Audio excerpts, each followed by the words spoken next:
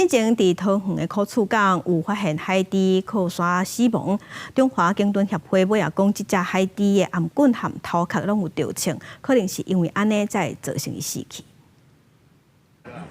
伊直甲这只靠大伫桃园海岸的初期海猪啊，水保持伊新80度，希望要一摆开时啊，伊会使活落来。可惜是因为受伤影响伊找食，原本就真瘦虚弱，伊后山过程中不幸死去。解剖的时阵，经由这个电脑断层，海洋海猪协会人员发现讲，伊这个颔棍抑个头壳拢掉一青。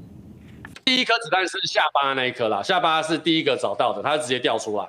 那第二颗是有摸到奇怪的东西，然后用电脑断层扫描才发现那个比较早的子弹。下巴那一颗是病理解剖报告很明确的写是1、2周内发生的事情。海洋海猪协会推判，其中一摆庆伤是伫台湾海峡发生的，研判这庆伤严重损害伊的受水控制，抑个找食能力，才造成伊靠大死亡。协会讲，每年大约160只的海洋海猪靠大死亡，大约8成，其中大约6成烂甲伤严重，其他4成才发到做病理切片。调查靠大原因，这摆是协会头一摆发现死因是后清断死的，已经违反野生动物保育法。那当然，在动物福利上，它真的就是一个虐待，让动物遭受不必要的痛苦。就算当下不是因为这样子一枪毙命的死亡，它是搁浅，可是其实就是已经造成很严重的伤害。尤其伊要听讲有用气枪射这个海洋海猪，一摆互人用枪拍死的，这海猪也毋知开枪的人为安怎样来做。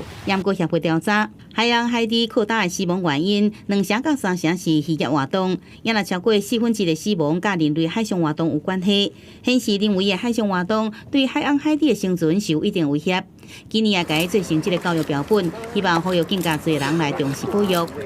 记者综合报道。